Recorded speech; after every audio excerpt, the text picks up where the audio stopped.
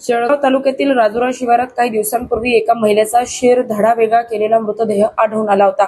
या प्रकरणाच्या तपासादरम्यान पोलिसांनी घाईगडबडीत एका जिवंत महिलेचाच मृत घोषित करत तिच्या हत्येच्या आरोपाखाली तिच्या निष्पाप वडील आणि भावाला अटक केली होती।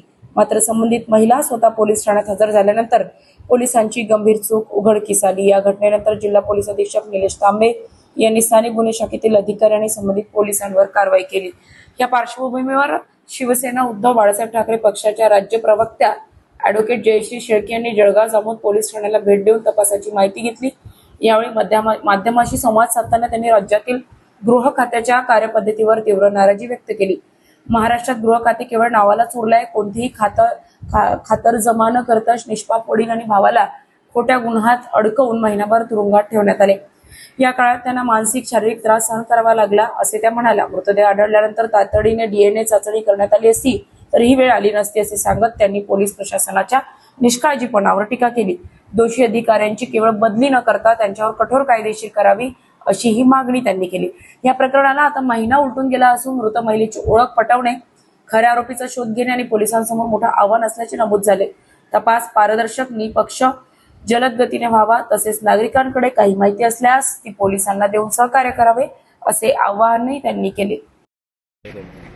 महाराष्ट्रात गृह खातं हे नावालाच उरलेलं आहे याची प्रचिती वारंवार महाराष्ट्रात घडणाऱ्या अनेक गुन्ह्यांमधून ही राज्यातील जनतेला आलेली आहे। आणि पुन्हा बुलढाणा जिल्ह्यामध्ये सुद्धा जळगाव जामोद तालुक्यामध्ये जो काही प्रकार काही दिवसांपूर्वी घडला, कारण नसताना खोट्या गुन्ह्यामध्ये अडकवून एका वडिलांना आणि एका मुलीच्या भावाला त्या ठिकाणी डांबून ठेवण्यात आलं, ही जी काही घटना घडली आहे ती अत्यंत दुर्दैवी आहे।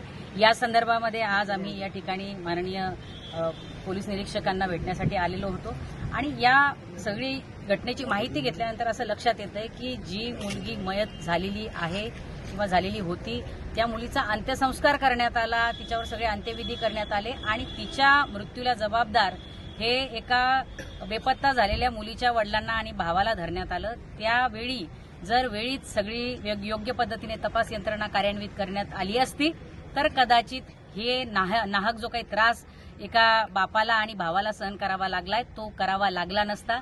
जी DNA टेस्ट करण्यासाठी आज पोलीस प्रशासन कामाला लागलंय ती DNA टेस्ट जर त्याच वेळी मयत मुलीचा मृतदेह ताब्यात मिळाल्यानंतर झाली असती तर कदाचित पुढची ही सगळी काही घटना आहे ती घडली नसती। परंतु दुर्दैवाने पोलीस प्रशासन अतिशय मनमानी पद्धतीने राज्यात काम करतंय आणि त्याला सगळा वरद असतं हा गृहमंत्र्यांचा आहे आणि त्यामुळे अशा घटना घडतायत। जे काही झालंय ते अतिशय चुकीचं आहे, दुर्दैवी आहे आणि किमान बुलढाणा जिल्ह्याची तरी मान खाली घालणारा आहे।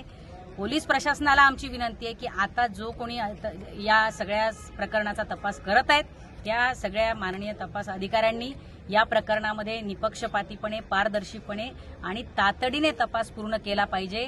मयत मुलगी कोण आहे तिची ओळख पटली पाहिजे आणि ज्या लोकांना नाहक त्रास सहन करावा लागला त्यांना सुद्धा त्या ठिकाणी त्या त्रासाची भरपाई मिळाली पाहिजे। जे पोलीस अधिकारी तत्कालीन त्यावेळी होते तपासामध्ये त्यांची केवळ बदली करून चालणार नाही तर यामध्ये कठोरात कठोर कारवाई झाली पाहिजे।